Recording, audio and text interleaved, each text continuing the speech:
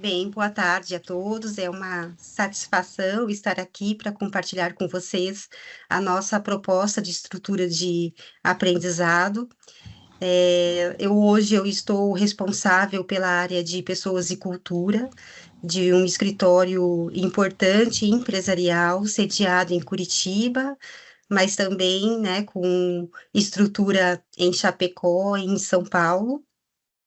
Eu tenho formação em psicologia e também formação em direito, né? Então, foi exatamente o que me atraiu em buscar uma alternativa que pudesse trazer para esse mercado o desafio de gestão de negócios, gestão de pessoas e aprimoramento da condição e aprendizado técnico que o advogado hoje necessita, né? Então, um dos nossos valores é conhecimento, né? É a base aí de todo a nossa estrutura de gestão de desempenho em especial. Nós trabalhamos com um nível de competências em todas as nossas estruturas, desde o processo de recrutamento e seleção até o nosso processo de gestão de desempenho, né? Então, por meio do nosso conhecimento, é que nós chegamos nos nossos clientes com um repertório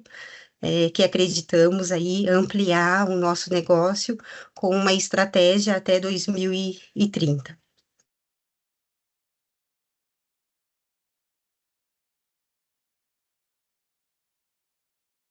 Os quatro princípios que sustentam, né, hoje a Academia MBA, que é Academia Marins Bertoldi, advogados, formatamos em três grandes princípios, que são os eixos do conhecimento, que definem as áreas prioritárias de desenvolvimento, com competências técnicas, comportamentais e estratégicas, que pudesse, né, de alguma maneira, fazer com que esse aprendizado, né, fosse alinhado às demandas reais de negócio.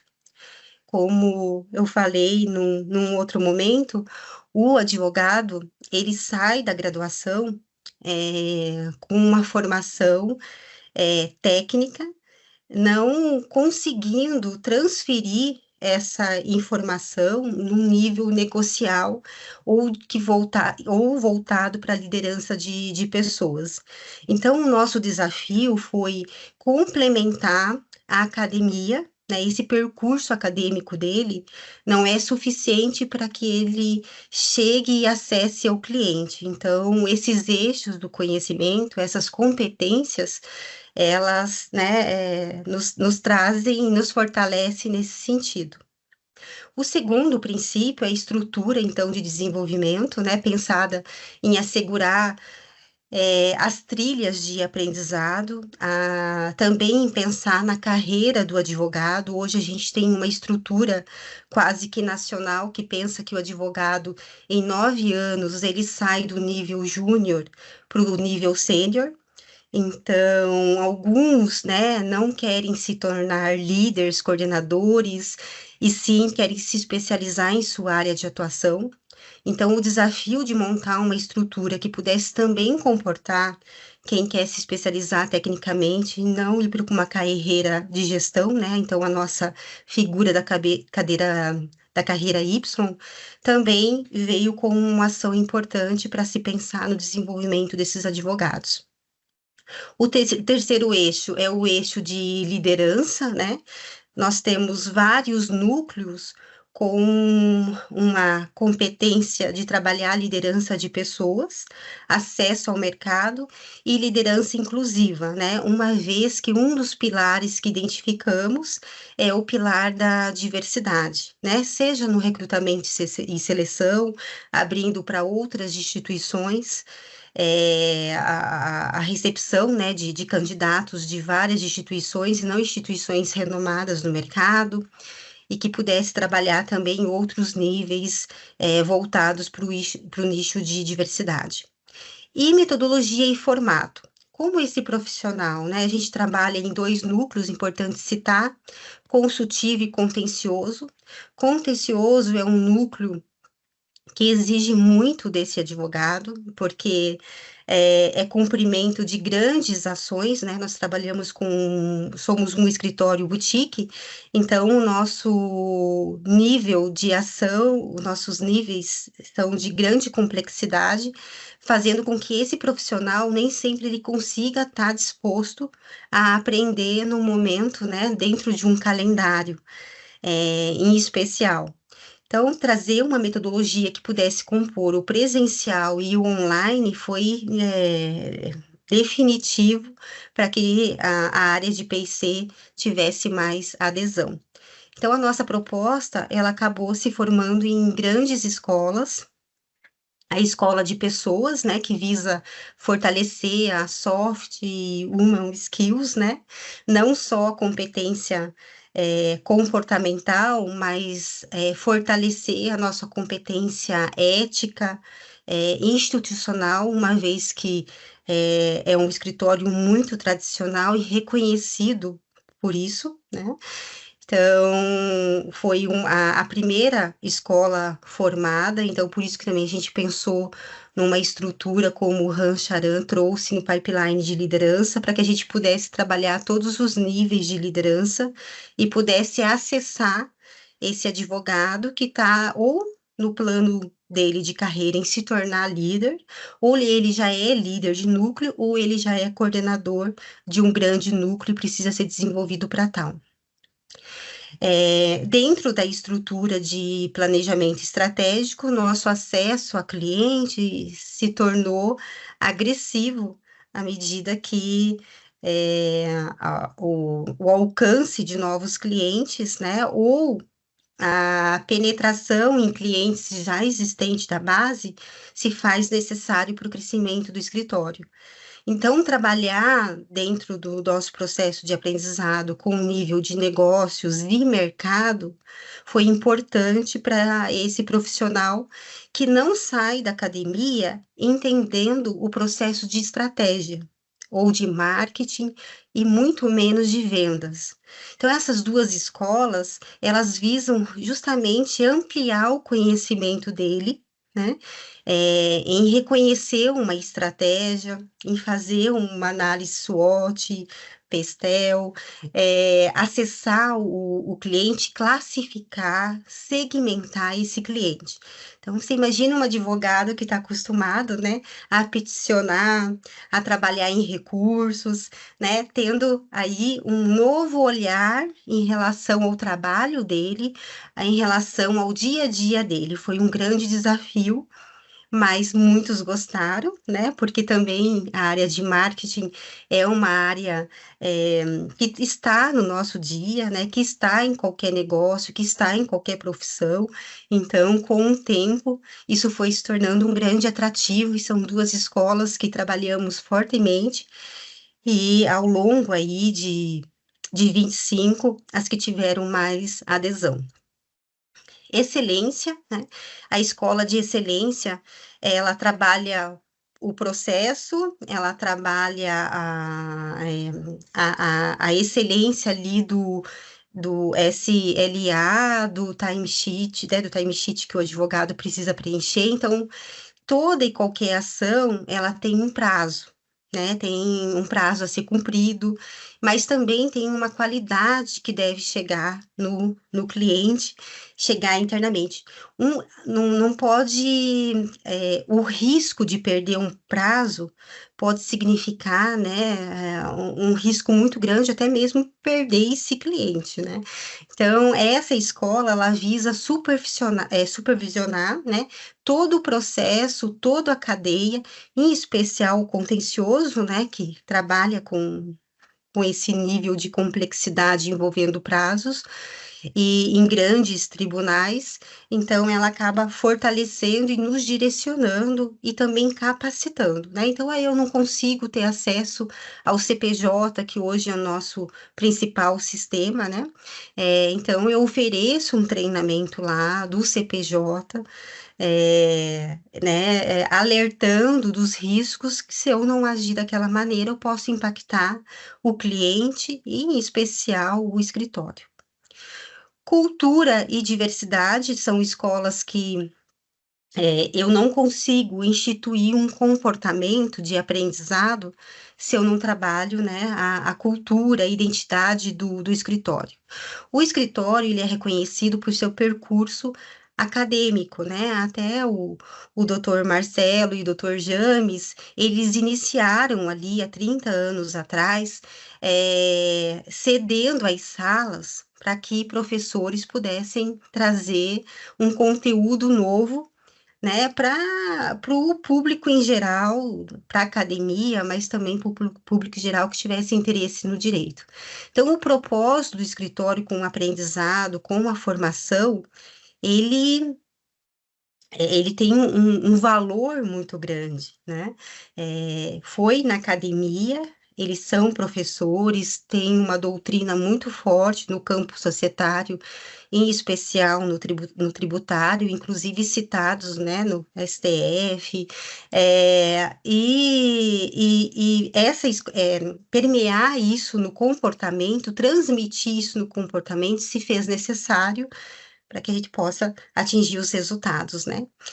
E diversidade é um tema novo, mas importante, né? Diante da diversidade de escolas, hoje, né? O direito ele se transformou no sentido de a gente tem mais de 1.500 escolas no Brasil de direito, né? Nós temos vários campos aí de inovação dentro do direito. Hoje nós temos tanto a parte de diversidade dentro das academias, né? Aqui a gente tenta também, de alguma maneira, incentivar outras conquistas dentro de diversidade, que é o campo do gênero, de raça. Então, todo o nosso processo de recrutamento e seleção, até o gestão de desempenho, ele olha para esse campo com muito cuidado e atenção. Deve ter sido isso. Os pilares de ação, tentamos encontrar uma maneira, né, extrovertida, lúdica aqui para trabalhar as práticas, então tivemos uma relação importante com o campo de direito, eles gostaram muito disso. Então, hoje, lei e ordem, a nossa, né, o que sustenta ali o desenvolvimento em lei e ordem são todos os treinamentos essenciais para os advogados, né? Então, ali ele encontra um manual do integrante, as políticas, o própria integração, né? Toda a integração passa por esse processo, né? Então, em lei e ordem, eu tenho tudo que é essencial para esse advogado. Treinamento do CPJ, que é o sistema, né, que nos leva ali no auxílio da gestão. Segunda instância, o complementar, né? Então, para as competências que identificam ali grupos específicos de liderança, ou aquele profissional que está mais direcionado para acesso ao mercado, ele tem os conteúdos específicos dentro dessa escola. E Suprema Corte, né, são ações de desenvolvimento que são encontrados lá na gestão de desempenho, e que esse profissional ele já ele já está enquadrado em um processo de desenvolvimento de carreira que nem sempre nós conseguimos comportar internamente. Então, a participação de feiras, MBA, alguns casos de mestrado, ele entra aqui na Suprema Corte como um desafio para que auxilie esse profissional a chegar, né, na carreira que identificamos dentro do processo de gestão de desempenho. A nossa metodologia é voltada para a andragogia, né, que é a ciência que estuda ali o aprendizado, o processo de aprendizado do adulto. Tentamos, de alguma maneira, instituir a teoria do 70-20-10, desde o PDI até o dia a dia do desenvolvimento dele. Então, toda ação presente no trabalho, na atividade dele, na prática, ela é considerada mais importante. Então, quando a gente faz um PDI, nós tentamos, de alguma maneira, instituir as atividades mais relevantes nos 70% da prática do dia a dia dele, no on the job. 10%, né, é a teoria, então são A plataforma, por exemplo, né, é um acesso importante de suporte nesse aprendizado, e 20% é o que está sendo compartilhado nos treinamentos presenciais, nas grandes reuniões estratégicas. Então, de alguma maneira, a gente tenta dividir e apoiá-los nesse sentido, pensando em algumas metodologias que, né, deram certo para esse público. É, o suporte, né, o acesso à tecnologia foi importante, seja pelo aplicativo, seja o acesso pela plataforma, né, o acesso ao conhecimento foi importante, porque também a gente tem um público muito jovem chegando, acho que é, a nossa experiência hoje, né, dentro da área de pessoas e culturas, é conviver com praticamente 5 gerações, né? A gente tem uma geração chegando no mercado de trabalho daqui a 3 anos, então a gente está com 4 gerações aqui. Então a gente foi, de alguma maneira, também tentando auxiliá-los. Até que ponto a tecnologia favorece esse aprendizado, pensando que a gente tem ali um grupo de estagiário, um grupo de júnior muito jovens, passando por um pleno e um sênior, que daí já consegue entender, né, a formalidade do aprendizado de alguma outra forma. Aqui é o modelo das escolas, né? Então a gente trouxe aí vários temas, seja pela plataforma, seja no momento presencial, atuando sempre em todas as escolas, né? Pessoas, mercado, cultura, negócio, excelência e diversidade. O nosso onboard, né? Um tema, uma semana, né, de conteúdo prático, dependendo da área, né, ele vai sendo direcionado para outros temas, e mais uma semana, né, no on the job, ali aprendendo, classificando, fazendo testagens para que ele chegue, né, no dia a dia de trabalho dele ali com todo o conhecimento proposto por nós. Projeto Integra, que é o nosso projeto oficial dos estagiários também.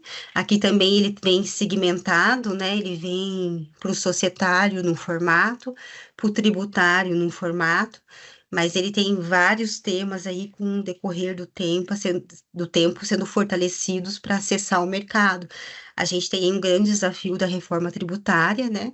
Temos um tempo aí para instituir, então, todo esse aprendizado interior é fundamental para que, quando o mercado e o cliente acessem a informação, a gente consiga já ter a disposição do conhecimento da maneira correta.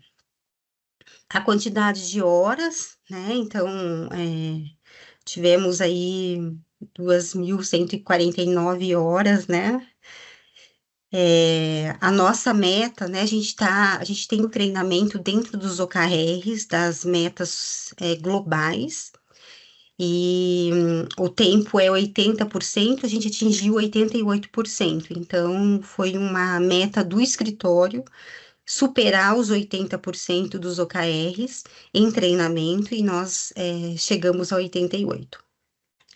E aqui é o nosso modelo de gestão de desempenho, né? Que ele começa lá no recrutamento e seleção, quando eu olho para as nossas competências, olho para aquele candidato, olho para a experiência dele, né? E identifico, né? Se faz sentido a contratação dele, né? Ali começa. Desde o acordo profissional dele, que é o olhar para essa figura dos OKRs, das metas globais, até as competências, né? A gente tem toda uma metodologia para avaliar as competências de forma semestral, até chegar nos nossos comitês, e ali a gente avalia individualmente, né? Cada integrante passa por um processo. São mais de 40 horas dedicadas por integrante, porque utilizamos da metodologia Nine Box para classificá-lo, né, e olhar para esse integrante de uma forma, num percurso de carreira, não só num percurso ali momentâneo, né? Então, passando ali pelo comitê de pessoas, a gente começa um processo de PDI, feedback e direcionamento para as escolas da Academia MBA. Então, nos comitês de performance, de gestão de desempenho, que sai toda, né, o modelo, né, e as diretrizes para desenvolvimento de cada célula, de cada núcleo, existente no escritório, né? Até que isso vai sendo apurado para o próximo comitê, seja na avaliação de metas, que são os OKRs, seja avaliação de competências, e começa-se os acordos individuais, o planejamento estratégico, né, que começa agora em outubro, e a gente começa a desdobrar aquelas metas e dividi-las nas escolas que estão presentes e foram apresentadas para vocês. Então, esse hoje é o nosso modelo de gestão de desempenho e de treinamento e desenvolvimento. Quando a gente olha para o planejamento estratégico, né, a gente olha, então, a gente já olhou ali para a sociedade, para, né, qual que é o modelo de aprendizado que vai ser suficiente para que sejamos reconhecidos perante a sociedade em nível de pessoas, de controle de gestão de mudanças, de cultura.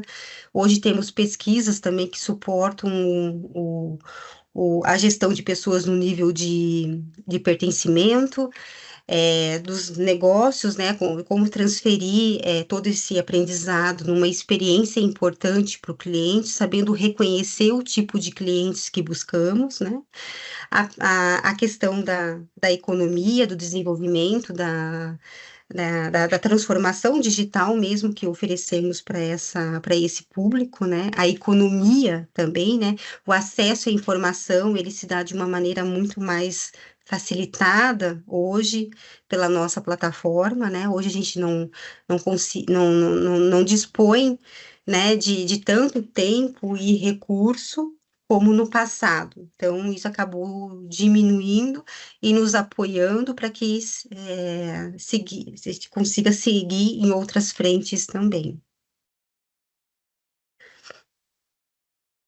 Aqui um pouquinho, né, do que a própria instituição, né, que nos auxiliou, traz como os eixos de habilidade, né, seja no desenvolvimento, seja no ambiente digital, a educação e a dimensão, né, internacional dos eixos de transformação, as ações que fomos classificadas, as nossas parcerias, né, como eu falei, a gente trabalha hoje com duas principais instituições, e o objetivo é ampliar, né, então a gente tem ali fortemente a PUC e as instituições da Federal presente no nosso processo de recrutamento e seleção e dentro do próprio escritório, né?